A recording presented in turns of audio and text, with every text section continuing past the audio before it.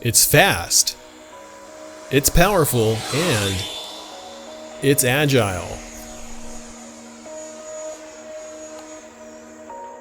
Greetings, I'm John, this is Two Brothers RC, and this is the Freewing Eurofighter.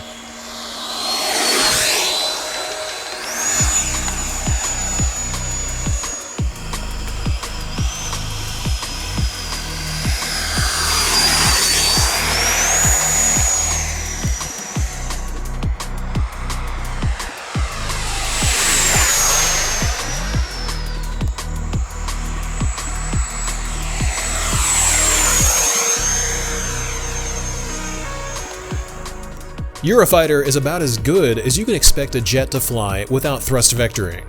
I'd go as far as to say that it's on par with, and potentially even better than, the Freewing F-22 90mm, especially now that the jet is shipping with the Eurofighter 1960 kV motor.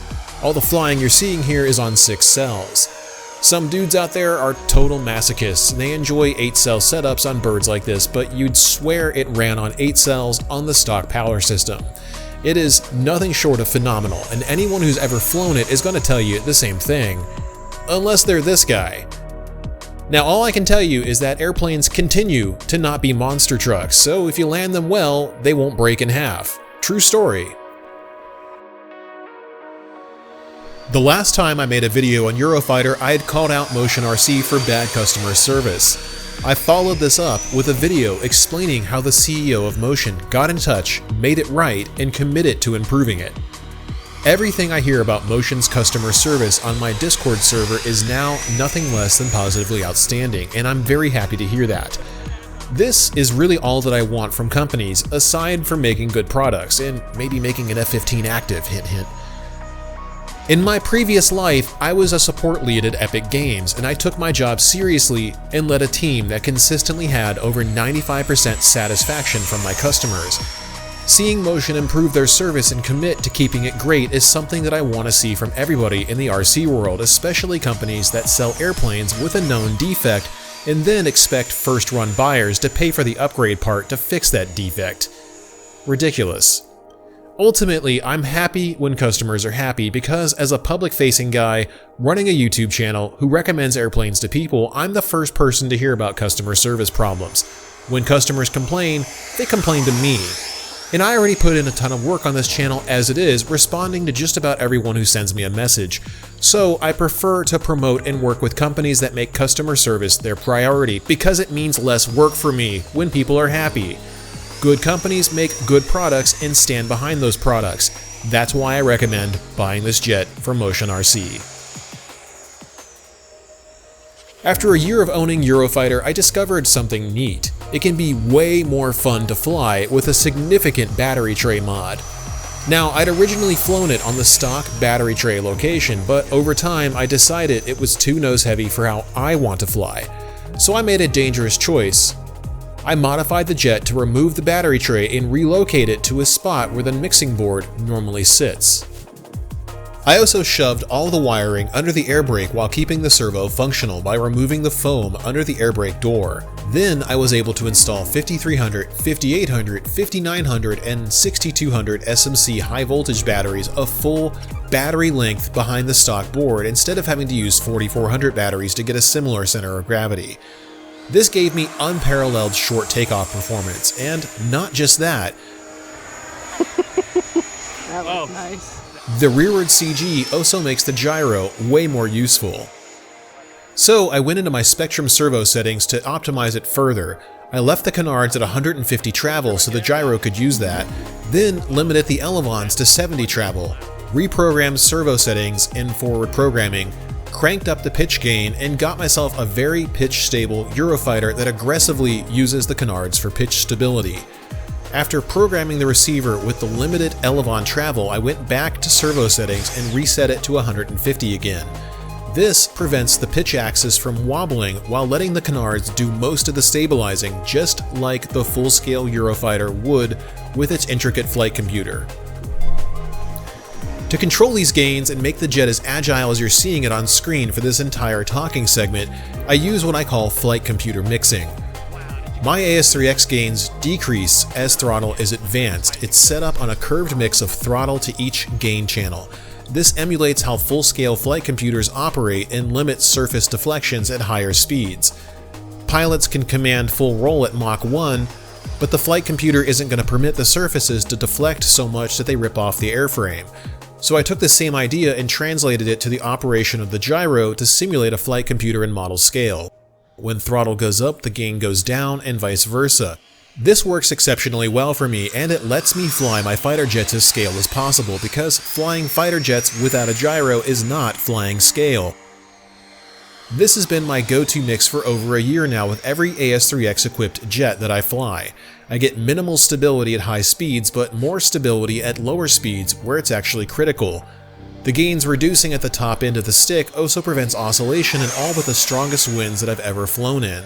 If I ever see oscillation, I can just move a slider down in the back of my IX-20 and it goes away instantly. I also set the AS3X priority to 100 so the gyro can override my command input to prevent issues like this alpha lock from occurring. Giving it rudder, like full left. It alpha locks. Did you saw that? Yeah.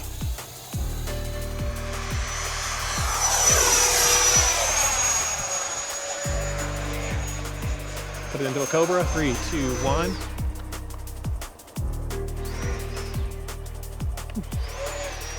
It wants to stay up like that. Did you see that? Yeah. That's the only problem with the tail heaviness of this jet. It's not even tail heavy, but how far back the balance point is. It actually wants to stay like that, and it will lock itself into high alpha.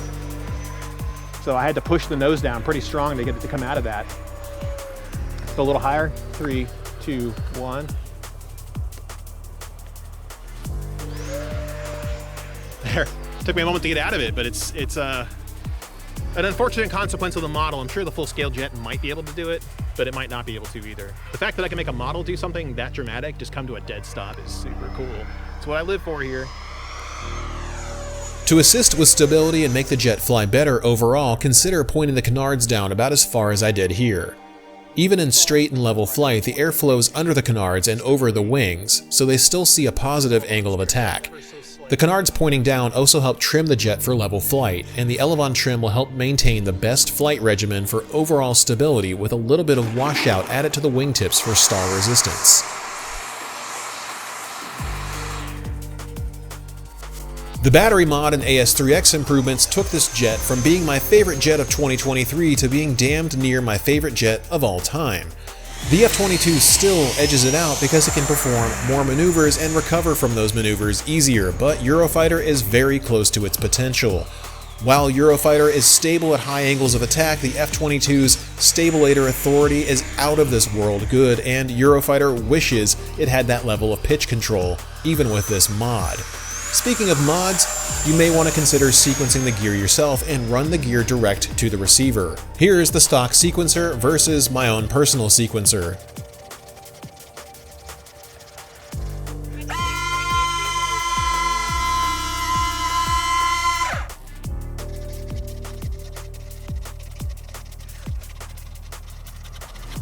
Okay, that's enough. There we go. Look at that go. This is all sequenced inside of my receiver. Doesn't take anywhere near as long as the stock one does. Keep fat footing it. Much better, isn't it? If there's demand for it, I'll upload the new IX-20 file for anyone who wants my setup. I'm beyond thrilled that this jet exists, and I hope that Motion carries it for years, or even finds a way to make a thrust vectored upgrade for it like Eurofighter version 2. The upgraded review score using our new scoring metric is now 4.75 out of 5. The jet's landing gear are best in class, but the sequencer is absolute doo-doo, which pulls 1/4 of a point from the final score. The stock servos are great, but I do recommend running AGF-RC B11 DLS units in the Canards and high-tech D85 MGs in the Elevons to get the most out of the gyro stabilization if you go tail heavy like I did. The fit and finish is still fantastic over a year later, and the jet has held up with over 100 takeoffs, landings, and touch and goes, even on this rough runway that a certain company seems to blame for the B1 landing gear issue. Consider picking up this jet from MotionRC if you're interested in it, and if you think flying with a gyro is a crutch, and it's not, hop on Discord and let us know what you think in person. See you guys next time.